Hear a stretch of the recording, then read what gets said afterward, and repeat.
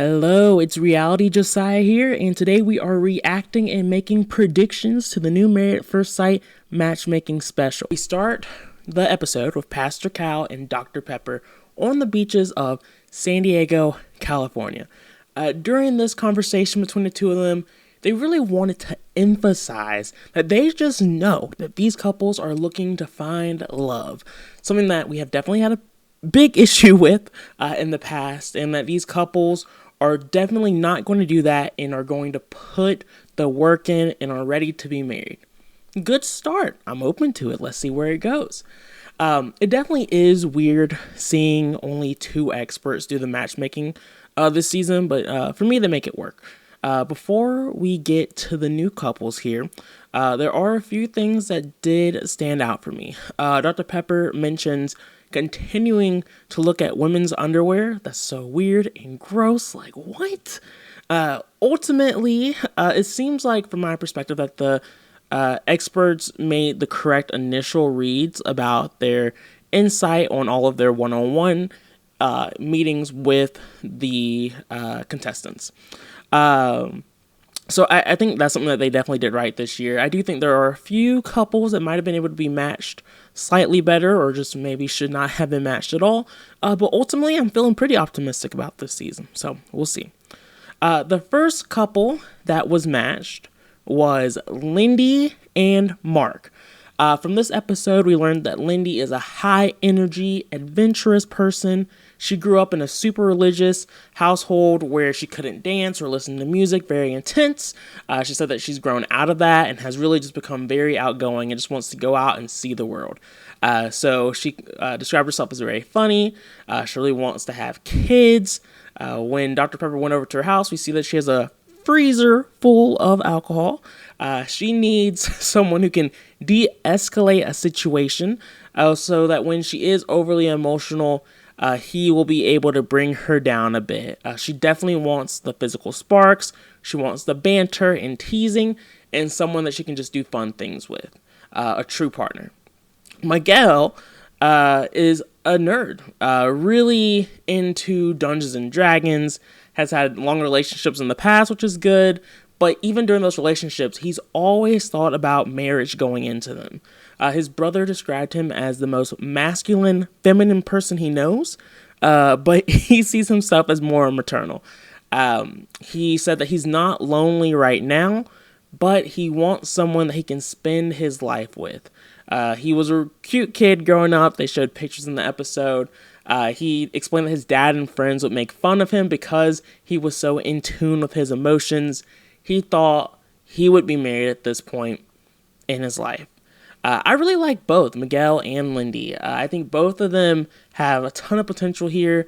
I'm not certain that this was the absolute best match. I'll touch on that next. But ultimately, I think this couple has a lot of potential, and I'm pulling for them. Couple number 2, Ben and Morgan. They were starting off with... I'll start off with just some of the concerns I have with Ben. Right at the start of the episode, he mentioned that everyone in his life wants him to be married. His mom, his brother, his family. But do you want to get married, Ben? Like, what is going on here? He described himself as a minimalist. He's very frugal. He wants someone like his mom, which he explains that he's like, hey, I don't compare everyone to my mom. But he's like, my mom is caring and selfless, and Hillary wants that in a wife.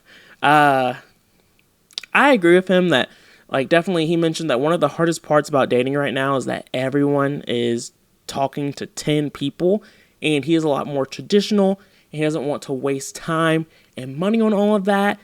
He later mentions that at family events, everyone is like, hey, where's your girlfriend? Where's your wife? And so that's definitely another reason for why he wants to get married. Morgan wants a nerd, someone who likes video games, and she wants sex daily. It's a really nice mix there. She doesn't view herself as a girly girl, usually needs older guys. She feels like the younger guys or guys around her age don't take things seriously, so she wants someone that will make her feel comfortable and secure.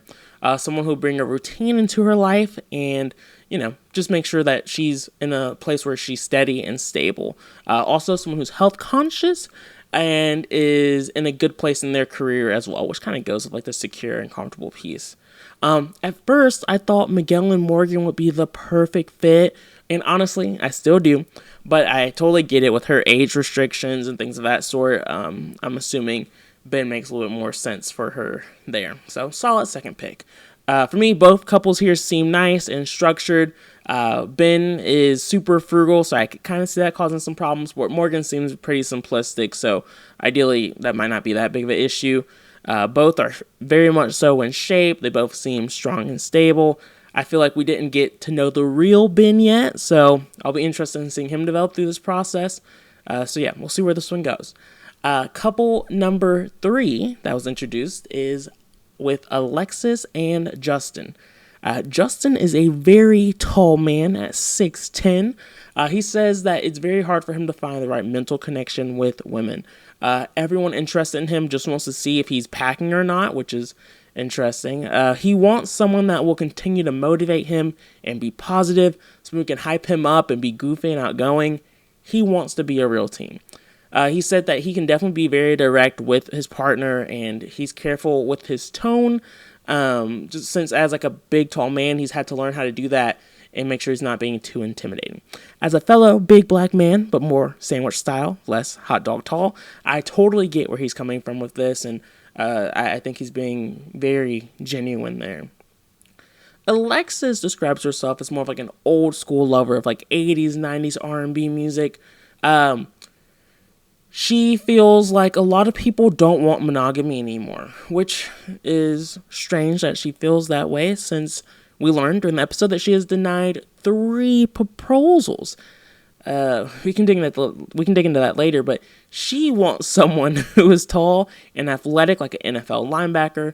She had to fall in love with herself again after denying those proposals because she realized like she has insecurity. That she has to continue to grow upon. She wants someone who is kind, patient, and is a strong communicator. She said she's the type of person who will jump in the bed if you try to go to sleep angry. The experts like Alexis and Justin due to their height. Alexis is 5'10", Justin is 6'10", so they're both pretty tall, but Justin's definitely much taller. They like that Alexis is full of energy and life. They are both animal lovers, which they felt like is a really big deal. I think is important too, but not as much as the experts. This relationship does worry me some, and we'll dig a little bit deeper into that when we get to my predictions. Couple number 4, Mitch and Kristen. Mitch, super sweet guy. He's a nonprofit manager, wants to save the ocean and the world. He wants a family and kids. He was a nanny for a little bit, so very into that kids lifestyle. He's very modern about male and female roles. Kristen, her ex-fiance, was actually cheating on her, which she found out. Crazy, but it does seem like she has moved past it with time. It's been about 3 years. She's really kind of dug into herself in that time. She even moved, so you can tell that it definitely did have a big impact on her. She loves spending time on the beach, and apparently is Miss Positivity. She also wants kids. Mitch is about 9 years older than her, but she's into older guys. Personally, I'm okay with this match, but I feel like if anything is going to ruin it, it'll probably be Kristen here. So this next name is Stasia and Nate. I'm not sure if I'm saying Stasia the right way, but we'll see. She does real estate and accounting. Apparently, she makes a lot of money. The experts believe she will be a great wife, a great blend of accomplishment and some sensitivity. Apparently, she's very warm, available, and focused. She said that in past relationships, people have been intimidated by her accomplishments. So that's something to watch out for. Nate is a day trader. Personal bias here. I'm sure there definitely are good day traders, but personally, I don't know many legit ones.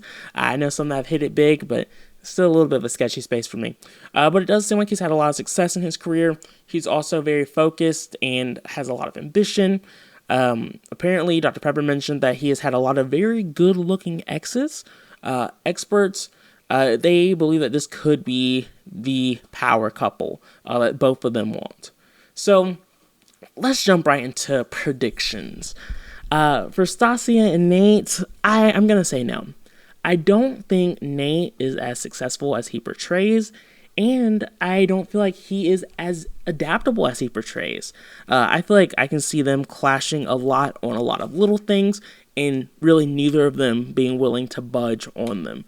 More Nate than Stasia, but time will tell. When it comes to Ben and Morgan, there's definitely the potential here. I know I was kind of poking some fun at Ben just because he's looking for his mom in a relationship, but I think sometimes that can be a beautiful thing. And I do believe that Morgan can be very adaptable. I think, like I mentioned, once we get to see more of the real Ben, we might have a little bit more context on what to expect from him. But for now, I'm going to say there is potential here.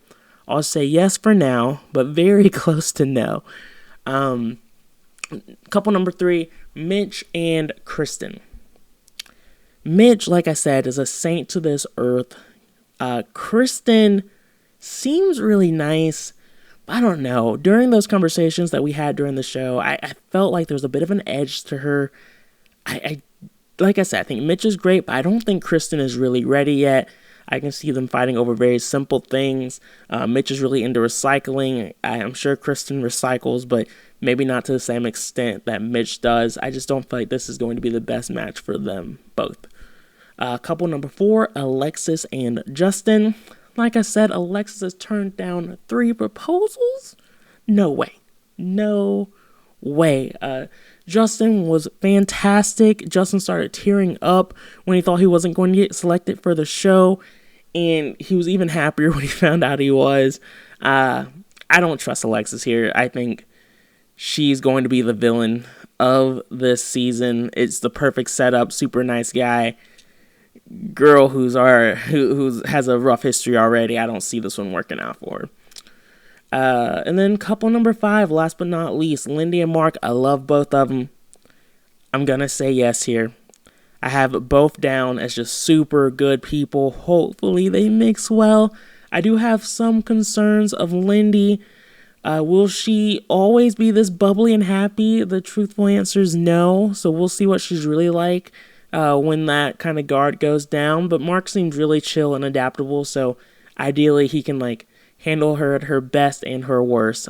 Mark, I'm sure he has another side too, but he seemed pretty genuine during the conversations and calls. So yeah, that was the matchmaking special. Looking forward to seeing what Kevin has to say next week. I'll probably do a video just kind of comparing my picks versus his picks and maybe the rest of the staff that they have on that next week's video. But yeah, let me know what you guys think. Would love to get your opinion. Feel free to like and subscribe, and look forward to seeing how this season goes.